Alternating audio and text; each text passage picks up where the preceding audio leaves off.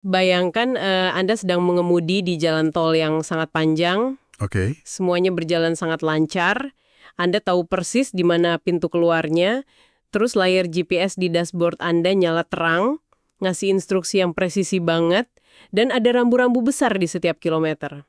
Jadi kerasa sangat terkendali ya? Betul, Anda merasa pegang kendali penuh atas perjalanan ini. Tapi kemudian, dalam satu kedipan mata, jalanan aspal itu hilang. Wow. Layar GPS mati total. Nggak ada rambu, nggak ada sinyal seluler. Anda mendadak ada di tengah antah berantah. Cuma ada hamparan pasir sejauh mata memandang, dan mesin mobil Anda mati. Menakutkan pasti. Sangat. Nah, pernahkah Anda yang sedang mendengarkan ini, merasa hidup Anda tiba-tiba kehilangan segala bentuk kepastian secara ekstrim kayak gitu? Dari sudut pandang neurologis ya, momen kehilangan struktur secara tiba-tiba itu sebenarnya adalah salah satu pemicu kepanikan paling besar buat otak manusia. Oh ya? Kenapa bisa gitu? Karena gini, otak kita pada dasarnya adalah mesin pencari pola. Kita ini mengonsumsi kalori dalam jumlah besar setiap hari, cuma untuk memprediksi apa yang bakal terjadi di detik berikutnya, atau hari berikutnya, atau bulan berikutnya. Jadi kita butuh kepastian itu buat bertahan hidup. Tepat. Jadi ketika lingkungan yang bisa diprediksi itu runtuh, amigdala kita, Itu pusat rasa takut di otak kan? benar sekali, amigdala langsung mengambil alih. Jadi kita nggak cuma merasa tersesat secara fisik, tapi kita merasa eksistensi kita sendiri sedang terancam. Oke, mari kita urai hal ini. Karena hari ini kita bakal menelusuri fenomena psikologis tersebut melalui sebuah lensa yang sangat tidak biasa. Lensa dari teks kuno ya. Betul, kita punya setumpuk catatan dan analisis yang membedah dua teks spiritual kuno. Secara spesifik, ini dari Kitab Ulangan pasal 8 ayat 2 dan Bilangan pasal 13. Iya, dua teks yang sangat kaya secara psikologis. Pasti. Dan misi kita dalam penelusuran mendalam kali ini bukanlah untuk berdebat soal teologi atau sekedar nyeritain ulang sejarah kuno. Sama sekali bukan. Terus apa fokus utamanya? Kita bakal membedah anatomi psikologi manusia saat berhadapan dengan ketidakpastian ekstrim, ketidakpastian absolut. Teks-teks ini ngasih sebuah kerangka luar biasa tentang apa yang sering disebut sebagai ujian iman di tengah padang gurun. Nah, konteks dari dokumen-dokumen ini menempatkan padang gurun itu bukan sekedar sebagai koordinat geografis di peta Timur Tengah kuno. Bukan cuma tempat fisik ya? Bukan. Padang gurun di sini dianalisis sebagai sebuah metafora psikologis yang sangat tajam. Metafora seperti apa tuh? Ini adalah sebuah ruang transisi di mana ilusi kendali manusia dilucuti secara paksa. Dan yang menarik, teks ini berargumen kalau disorientasi tersebut bukanlah sebuah kecelakaan, melainkan sebuah desain yang sengaja dibuat. Sengaja dirancang untuk membuat mereka tersesat. Lebih ke arah kalibrasi ulang. Dirancang untuk mengkalibrasi ulang apa yang sebenarnya menjadi jangkar fundamental dari pikiran manusia tersebut. Wah, ini menarik banget. Jadi kalau kita pengen memahami kenapa fase padang gurun ini diperlukan, kita harus lihat dari mana orang-orang dalam teks ini berasal dong. Pasti, konteks asal mereka sangat krusial. Mereka kan baru aja keluar dari perbudakan di Mesir. Dan kalau kita bedah teks ini, Mesir itu bukan cuma mewakili penindasan ya, tapi mewakili sebuah sistem raksasa. Sistem yang luar biasa terstruktur tepatnya. Gimana terstrukturnya? Mesir kuno itu, baik secara historis maupun dalam konteks narasi ini, adalah puncak dari kepastian. Mereka punya sungai Nil yang mengairi ladang dengan siklus yang sangat bisa diprediksi. Oh iya, banjir tahunan itu kan udah terjadwal alam ya? Betul. Ekonomi mereka berjalan dengan birokrasi yang jelas. Memang, umat yang diceritakan ini berstatus sebagai budak, yang berarti mereka eksploitasi abis-abisan. Tersiksa lah ya. Ya, tapi di balik eksploitasi itu, ada jaminan. Jaminan? Maksudnya? Mereka tahu kapan mereka harus bangun, apa yang harus mereka kerjakan hari itu, dan yang paling penting, mereka dapat jatah makanan yang pasti. Jadi mereka hidup di dalam sebuah inkubator sistem yang sebenarnya udah mengatur segalanya buat mereka. Tepat, semuanya sudah diatur. Kalau kita terjemahkan ke konteks modern, ini kayak seseorang yang seumur hidup kerja di perusahaan multinasional yang sangat birokratis. Analogi yang bagus. Gajinya mungkin nggak seberapa, terus dia ngerasa ditekan terus sama atasannya, tapi uangnya kan selalu masuk tiap tanggal 25. Asuransinya dibayar penuh. Iya, jam kerjanya jelas jam 8 sampai jam 5. Ada kepastian yang meninabobokan di sana. Sebuah zona nyaman yang beracun sebenarnya. Betul. Terus tiba-tiba, perusahaan itu bangkrut. Dia keluar dari sistem dan sekarang harus jadi pekerja lepas. Atau dia harus ngebangun bisnis sendiri dari nol di tengah resesi tanpa jaminan apapun. Nah, transisi dari pekerja yang terjamin menjadi pekerja lepas di tengah resesi, itulah representasi dari padang gurun. Jadi benar-benar dari ada sistem ke nol sistem. Nol besar. Saat umat ini melangkah keluar dari batas wilayah Mesir, seluruh arsitektur kepastian itu menguap begitu saja. Nggak ada sungai Nil lagi. Nggak ada Nil. Nggak ada jatah makanan gratis dari majikan. Di titik nol inilah, teks ulangan pasal 8 ayat 2 ngasih pernyataannya yang paling fundamental. Apa bunyinya? Teks itu bilang bahwa tujuan dari perjalanan di padang gurun ini adalah untuk merendahkan hatimu dan mengujimu untuk mengetahui apa yang ada dalam hatimu. Abad gitu loh, kayak mempermalukan. Ya, konotasinya sering negatif. Kan aneh, kenapa sebuah sistem kepercayaan butuh proses perendahan diri yang seolah-olah sengaja dirancang buat bikin pesertanya menderita di tengah gurun pasir. Gini, perendahan hati dalam analisis teks ini bukan berarti penghinaan. Sama sekali bukan. Ini lebih ke arah pembongkaran kesombongan kognitif. Kesombongan kognitif. Boleh dijelaskan? Saat kita hidup di dalam sistem yang berfungsi lancar, kayak saat kulkas kita penuh dan wifi kita nyala kencang, kita cenderung ngerasa kalau kitalah yang ngendaliin alam semesta kita sendiri. Kita ngerasa hebat karena sistemnya yang hebat. Betul. Kita mengacaukan kemampuan kita untuk sekedar ngikutin rutinitas dengan kemampuan kita untuk benar-benar bertahan hidup. Masuk akal. Padang gurun itu ngerobet perancah tersebut. Buat nunjukin kalau kendali kita selama ini cuma ilusi. Berarti Anda nggak bisa nguji ketahanan sebuah kapal kalau kapal itu cuma nyandar di pelabuhan yang tenang kan? Anda harus bawa kapalnya ke tengah badai. Analogi yang sangat sempurna. Berarti manusia seringkali nipu dirinya sendiri dong. Mereka mikir, oh saya punya iman kepada Sang Pencipta. Padahal kenyataannya mereka cuma punya iman kepada sistem. Presisi sekali. Dan begitu sistemnya dicabut, kepanikan yang muncul langsung nunjukin di mana jangkar mereka sebenarnya ditanam. Ya, karena otak kita ini otomatis ngikat rasa aman pada hal-hal material yang bisa dihitung dan disentuh. Dan ini bawa kita pada momen paling kritis dalam teks. Momen ketika sistem itu udah nggak ada sama sekali ya. Betul. Dan mereka tiba-tiba dihadapkan pada sebuah ancaman baru yang nyata. Lalu gimana respon saraf dan psikologis mereka? Kita bisa lihat secara langsung di studi kasus pengintaian Tanah Kanaan di Kitab Bilangan pasal 13. Kisah 12 pengintai. Ini bagian yang paling menonjol di catatan kita hari ini. Sangat dramatis bagian ini. Teksnya nyebutin ada 12 orang yang dikirim buat ngintai Tanah Kanaan. Tanah yang udah dijanjikan sebagai tempat tinggal baru mereka. Dan mereka di sana lumayan lama kan? Ya, 40 hari. Mereka ngelewatin rute yang sama, ngamatin topografi yang sama, ngelihat kota-kota yang persis sama. Mereka semua menyerap data empiris yang identik. Nggak ada yang beda. Tapi output laporannya waktu mereka pulang terbelah secara ekstrim, kayak langit dan bumi. Iya, 10 dari mereka balik dengan bawa laporan yang memicu histeria massal. Histeria gimana? Mereka cuma fokus pada ukuran fisik penduduk lokal yang mereka sebut sebagai keturunan raksasa. Dan juga kota-kota yang punya benteng luar biasa tinggi. Terus narasi yang mereka bangun? Narasi mereka adalah, kita nggak mampu maju menyerang bangsa itu, karena mereka jauh lebih kuat dari kita. Intinya mereka nyerah sebelum bertanding. Terus yang 2 orang lagi gimana? Nah, yang paling menarik di sini adalah, 2 orang ini, Yosua dan Kaleb, mereka ngelihat data empiris yang persis sama. Tapi, mereka memprosesnya dengan kesimpulan yang sepenuhnya bertolak belakang. Bertolak belakang gimana? Mereka malah ngusulin buat segera maju dan naklukin tanah tersebut hari itu juga. Tunggu sebentar.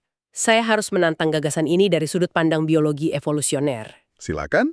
Gini, kalau Anda adalah sekelompok mantan budak yang nggak punya pengalaman militer mumpuni sama sekali, Ya, terus Anda ngelihat musuh yang secara fisik jauh lebih besar, bersenjata lengkap, punya benteng raksasa, bukankah merasa takut dan mutusin buat mundur itu adalah respons bertahan hidup yang sangat rasional? sangat rasional.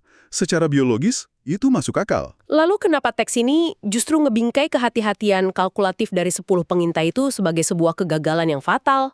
Nah, itu poin yang sangat kritis. Kalau kita cuma ngelihat dari lensa taktik militer murni, 10 pengintai itu bertindak sangat logis dan logik banget. Ken nggak mau mati konyol intinya. Betul, tapi teks ini tuh nggak sedang ngebahas strategi militer. Teks ini sedang mendiagnosis patologi dari ketidakpercayaan. Patologi ketidakpercayaan. Gimana tuh bedanya? Perbedaannya ada pada batas tipis antara kehati-hatian taktis dan keputusan absolut. Oke, coba kasih contoh kehati-hatian taktis. Kehati-hatian taktis itu kalau Anda ngelihat raksasa, terus Anda bilang, wah musuh kita kuat nih. Kita harus cari titik lemah benteng mereka dan nyiapin taktik penyerangan malam hari. Jadi ada rencana aksinya, ada problem solving. Tepat, tapi 10 pengintai itu kan nggak sedang merancang strategi adaptif. Mereka langsung jatuhin vonis akhir. Mereka bilang kita nggak mampu. Fisik di lapangan itu nggak hapus semua memori mereka tentang siapa yang memimpin dan melindungi mereka. Betul sekali. Kegagalan mereka tuh bukan karena mereka mengidentifikasi adanya raksasa. Raksasa itu emang nyata, bukan halusinasi. Terus kegagalan utamanya apa? Kegagalan mereka adalah ngebiarin raksasa tersebut mendikte loyalitas pamungkas mereka. Melupakan konteks yang lebih besar. Gini, mereka kan baru aja ngalamin rentetan mukjizat pembebasan yang mustahil dari Mesir. Sebuah fenomena yang jelas-jelas ngelampauin hukum alam. Laut terbelah dan semacamnya ya? Iya, tapi saat dihadapin sama krisis baru yang menakutkan, mereka langsung kena amnesia spiritual mendadak. Lupa semua yang udah terjadi. Betul. Lensa yang mereka pakai buat ngelihat fakta itu adalah lensa ketakutan murni. Sementara dua pengintai lainnya pakai lensa janji yang udah diberikan kepada mereka. Jadi fakta objektifnya malah tunduk pada interpretasi subjektif di kepala mereka ya? Sangat tunduk. Wah, itu bawa kita pada sebuah kutipan spesifik dari Bilangan 13 ayat 33, yang menurut saya, fenomenal banget secara psikologis. Yang mana itu? 10 pengintai itu kan bilang gini, kami lihat diri kami seperti belalang, dan demikian juga mereka melihat kami. Kalimat itu. Luar biasa. Ini kan bukan sekedar laporan intelijen militer ya. Ini udah masuk ke proyeksivitas psikologis tingkat tinggi. Sepakat. Ini adalah salah satu wawasan paling cemerlang dari era kuno ngebahas cara kerja proyeksi internal pikiran kita. Maksudnya gimana tuh? Coba perhatiin urutan kalimatnya baik-baik. Mereka nggak bilang, raksasa itu melihat kami seperti belalang, jadi kami merasa kecil. Oh ya, urutannya kebalik ya? Bukan begitu. Mereka bilang, kami melihat diri kami seperti belalang, dan demikian juga mereka melihat kami. Wow, berarti asumsi tentang gimana musuh ngelihat mereka, itu sebenarnya lahir dari gimana mereka ngedefinisiin diri mereka sendiri di dalam kepala mereka. Persis. Mereka memproyeksikan rasa rendah diri mereka yang dalam itu ke mata musuh mereka. Karena mereka ngerasa diri mereka itu nggak berharga dan kecil. Ya, jadi mereka berasumsi dunia luar juga ngelihat mereka sebagai sesuatu yang layak diinjak-injak. Layaknya belalang. Masuk akal. Dan ini ngejelasin banget kenapa 10 pengintai itu bisa dengan begitu mudahnya nyerah. Teks ini tuh seakan ngasih diagnosis kalau mereka masih ngidap apa yang sering kita sebut sebagai mentalitas budak. Mentalitas budak, betul. Dan neuroplastisitas? Kemampuan otak buat ngebentuk jaringan saraf baru ya? Betul. Neuroplasticity bantu kita memahami fenomena ini secara saintifik. Mentalitas budak itu bukan sekedar kelemahan karakter moral. Bukan karena mereka cengeng gitu ya? Bukan. Itu adalah hasil dari pengkondisian neurologis selama berabad-abad. Perbudakan multigenerasi di Mesir udah memprogram ulang sistem saraf mereka. Diprogram untuk merespons seperti apa? Untuk terus-menerus berada dalam kondisi hypervigilance atau kewaspadaan ekstrim terhadap setiap ancaman. Dan juga learned helplessness. Ketidakberdayaan yang dipelajari. Ya, otak seorang budak itu dilatih keras buat percaya kalau setiap inisiatif dari mereka pasti bakal berujung pada hukuman cambuk atau semacamnya. Dan bahwa mereka emang secara inheren tuh lebih rendah dari otoritas yang nindas mereka. Tidak bisa melawan. Kalau kita mikirin tentang transisi dari lingkungan yang nindas ke lingkungan yang bebas ini, saya jadi ingat satu analogi. Analogi penyelam laut dalam. Oh, mari kita dengar. Gini, bayangkan seseorang yang menyelam ratusan meter di bawah permukaan laut. Tubuhnya kan pasti beradaptasi dengan tekanan air yang luar biasa besar di bawah sana. Betul, tekanannya masif. Nah, anggaplah tekanan air itu adalah sistem Mesir tadi. Sekarang, kalau penyelam itu tiba-tiba ditarik ke permukaan air, Ke udara bebas, ke kebebasan. ya, ditarik ke atas dalam hitungan detik. Apa yang bakal terjadi secara medis? Dia bakal mengalami dekompresi yang mematikan. Gelembung nitrogen bakal terbentuk langsung di aliran darahnya. Dan itu bisa berakibat fatal. Dia bisa mati justru di detik dia nyampe kebebasan itu. Exact, itu dia poinnya. Tubuhnya emang udah keluar dari tekanan, tapi transisi yang terlalu cepat tanpa penyesuaian malah bakal ngancurin dia dari dalam. Analogi yang sangat akurat. Kan secara fisik, para mantan budak ini udah keluar dari batas perbatasan Mesir cuma dalam hitungan hari. Mereka udah menghirup udara bebas. Tapi mentalitas mereka, struktur neurologis mereka, Masih beroperasi di bawah tekanan laut dalam. iya, gelembung-gelembung trauma, ketakutan dan rasa rendah diri itu meledak di dalam pikiran mereka pas mereka ngelihat raksasa di perbatasan Kanaan. Tubuhnya merdeka, tapi pikirannya masih pakai rantai besi. Dan pembebasan fisik dari sebuah sistem yang ngikat emang bisa terjadi secara instan. Anda bisa tanda tangan surat resign hari ini juga. Atau langsung pindah kota. Atau keluar dari hubungan yang toksik dalam sehari. Tapi pembebasan mental, proses mencabut infrastruktur berpikir seorang budak yang udah terbiasa nyari majikan buat tunduk, itu butuh ruang dekompresi. Dan ruang dekompresi itu adalah padang gurun. Betul, pola pikir budak itu selalu nyari sesuatu yang lebih besar buat ditakutin. Dan di perbatasan Kanaan, mereka tuh malah dengan senang hati nyerahin kendali ketakutan mereka ke raksasa-raksasa itu. Daripada mereka harus mikul beban tanggung jawab dari sebuah kebebasan ya. Daripada harus mandiri, betul. Coba deh refleksikan hal ini ke dalam kehidupan Anda sendiri. Ya, Anda yang lagi dengerin podcast ini sekarang. Apakah ada area dalam realitas Anda saat ini di mana Anda bereaksi terhadap masalah bukan berdasarkan fakta saat ini, melainkan berdasarkan trauma dari Mesir masa lalu Anda? Pertanyaan refleksi yang bagus. Anda mungkin udah ada di lingkungan kerja yang sehat sekarang, atau dalam dinamika hubungan baru yang penuh kasih, tapi begitu ada tantangan kecil atau kritik membangun, apakah Anda langsung melihat diri Anda sebagai belalang? Merasa terancam secara eksistensial. Iya.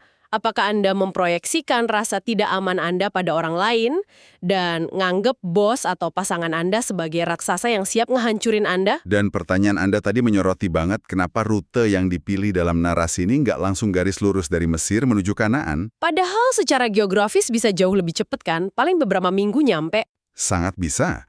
Tapi secara psikologis, kalau orang-orang dengan mentalitas budak ini langsung dimasukin ke tanah Kanaan yang penuh tantangan, penuh tanggung jawab mengelola kebebasan, mereka bakal hancur lebur. Kena dekompresi tadi.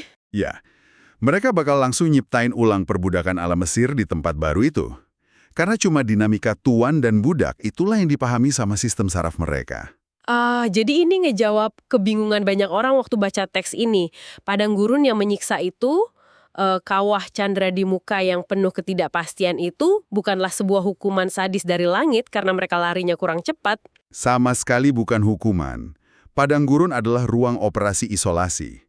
Ruang operasi? Ya, ini adalah satu-satunya lingkungan yang cukup steril dari pemicu masa lalu mereka, sekaligus cukup ekstrim untuk maksa terbentuknya jaringan saraf yang baru tadi. Karena mereka nggak bisa kabur balik ke rutinitas. Tepat. Anda nggak bisa nyabut identitas budak di tempat yang super nyaman. Karena kenyamanan bakal bikin otak langsung balik ke default mode atau pengaturan awalnya. Padang gurun maksa manusia untuk berhadapan dengan bagian paling telanjang dari diri mereka sendiri. Tapi, apakah penderitaan dan ketidakpastian ekstrim kayak gitu adalah satu-satunya cara manusia bisa bertumbuh? Pertanyaan kritis. Maksud saya, kalau dibahasakan gini, kan kedengarannya kayak glorifikasi terhadap penderitaannya. Bukankah manusia juga bisa belajar dan ngebentuk identitas baru lewat edukasi atau lingkungan yang mendukung, dan refleksi yang tenang? Kenapa sih harus ada padang gurun yang melucuti segalanya? Itu kritik yang sangat umum, dan saya sangat bisa memahaminya. Tentu saja, manusia bisa pelajari keterampilan baru, mengubah habit atau perilaku, dan berkembang dalam lingkungan yang nyaman. Itu fakta. Terus bedanya apa dengan situasi ini? Teks ini tuh sedang berurusan dengan sesuatu yang jauh lebih dalam dari sekedar perubahan perilaku di permukaan. Perubahan tingkat dasar ya? Ya, kita lagi ngebahas transformasi identitas fundamental. Transisi dari entitas yang bergantung sepenuhnya pada sistem buatan manusia, menjadi entitas yang berdaulat dan punya kepercayaan tanpa syarat pada sang pencipta. Transformasi level jiwa lah ya? Betul. Dan transformasi di tingkat eksistensial seperti ini sangat jarang terjadi di atas sofa yang empuk. Kenapa nggak bisa di sofa empuk? Karena kenyamanan nggak pernah maksa kita buat mempertanyakan fondasi dasar penyangga hidup kita. Selama sistemnya jalan, kita nggak peduli fondasinya rapuh atau nggak. Hanya ketika lantai tempat kita berpijak tiba-tiba ditarik, kita baru benar-benar tahu ya, apakah kita sebenarnya bisa terbang atau kita cuma bergantung pada lantai tersebut selama ini. Analogi yang sangat puitis dan tepat. Wah, kalau kita sintesiskan semua analisis dari kitab ulangan dan bilangan hari ini, Kawah Chandra di muka padang gurun ini pada dasarnya ngajuin 3 pertanyaan diagnostik yang nguji inti terdalam arsitektur mental kita. 3 pertanyaan utama ya. Apa saja itu? Pertama, saat semua infrastruktur pendukung Anda runtuh berkeping-keping, apakah Anda tetap memiliki jangkar kepercayaan? Pertanyaan pertama yang sangat berat. Kedua, dapatkah Anda melangkah maju ketika nggak ada peta jalan dan nggak ada jaminan hasil akhir sama sekali? Tanpa GPS seperti kata Anda di awal tadi. Dan yang ketiga, apakah Anda mendefinisikan rintangan di depan Anda berdasarkan ukuran rintangan tersebut atau berdasarkan identitas baru yang udah diberikan kepada Anda? Dan fakta bahwa generasi pertama umat tersebut akhirnya nolak untuk ngadepin raksasa dan malah milih untuk pengen balik ke Mesir? Pengen balik jadi budak lagi. Ya, itu ngebuktiin betapa luar biasa kuatnya tarikan gravitasi dari kepastian yang nindas itu. Mereka lebih milih mati sebagai budak yang tahu besok mau makan siang apa. Daripada ambil risiko jadi manusia merdeka di wilayah yang belum terpetakan. Padang gurun ini pada akhirnya nyingkapin bahwa hambatan terbesar menuju tanah perjanjian bukanlah raksasa yang ada di luar sana. Tapi belalang yang ada di dalam pikiran mereka sendiri ya. Tepat sekali. Wow, itu adalah rangkuman yang luar biasa kuat. Kita hari ini udah membedah lapisan-lapisan dari teks kuno ini, melampaui sekedar cerita sejarah biasa, dan kita berhasil nemuin cermin psikologis yang sangat relevan buat kita sekarang. Sangat aplikatif untuk kehidupan modern. Kita bisa lihat bahwa Mesir merepresentasikan sistem kepastian yang bikin kita ketergantungan. Terus, padang gurun adalah ruang dekompresi yang melucuti ilusi kendali kita untuk memaksa pembentukan ulang identitas kita yang baru. Dan dari laporan 12 pengintai itu kita belajar bahwa realitas yang kita alami itu sangat ditentuin sama lensa apa yang kita pakai. Apakah lensa trauma masa lalu atau lensa keyakinan yang baru? Pada akhirnya, krisis di padang gurun itu kan sebenarnya nggak pernah menanamkan ketakutan baru ke dalam diri kita. Terus? Ia cuma memompa ketakutan yang emang udah mengendap lama di dalam diri kita, dipompa keluar ke permukaan, supaya ketakutan itu bisa dihadapin dan dibersihin sampai tuntas. Nah, saat kita menutup penelusuran mendalam kita hari ini, saya pengen ninggalin Anda dengan satu pemikiran baru untuk direnungkan sendiri. Sesuatu untuk dibawa pulang ya. Betul. Sesuatu yang bawa kebijaksanaan kuno ini bertabrakan langsung sama era digital kita saat ini. Gini, kita baru aja ngebahas kalau padang gurun dengan segala ketidaknyamanan dan ketidakpastiannya adalah satu-satunya tempat di mana mentalitas budak bisa dikikis dan kedewasaan iman bisa ditempa. Fakta yang tak terbantahkan. Tapi coba deh lihat peradaban modern kita hari ini. Kita pakai semua teknologi canggih, algoritma, inovasi. Cuma buat ngerencang sebuah dunia yang sepenuhnya terbebas dari ketidaknyamanan, terbebas dari ketidakpastian dan rasa sakit. Semuanya serba instan. Semuanya bisa dipesan cuma dengan satu klik. Semua informasi tersedia dalam hitungan detik. Dan semua rasa tidak aman berusaha ditutupi pakai asuransi dan jaring pengaman sosial. Sebuah sistem Mesir versi modern. Nah, pertanyaannya untuk Anda, jika padang gurun adalah syarat mutlak bagi manusia untuk melepaskan belenggu mentalitas belalang mereka, lalu apa yang terjadi pada masyarakat modern kita, yang udah berhasil meniadakan hampir semua bentuk padang gurun dari kehidupannya? Pertanyaan yang sangat provokatif. Apakah dengan menghindari ketidakpastian secara obsesif setiap hari, kita sebenarnya bukan lagi ngebangun utopia yang indah? Melainkan secara nggak sadar, kita sedang merakit sebuah Mesir psikologis permanen yang pada akhirnya bakal bikin kita jadi budak dari kenyamanan kita sendiri untuk selamanya. Sesuatu yang sangat patut kita renungkan bersama. Terima kasih banyak kepada Anda karena telah bergabung bersama kami dalam membedah labirin pikiran manusia hari ini. Pertanyaan terakhir tadi kami tinggalkan menggantung di udara untuk Anda renungkan. Sampai jumpa!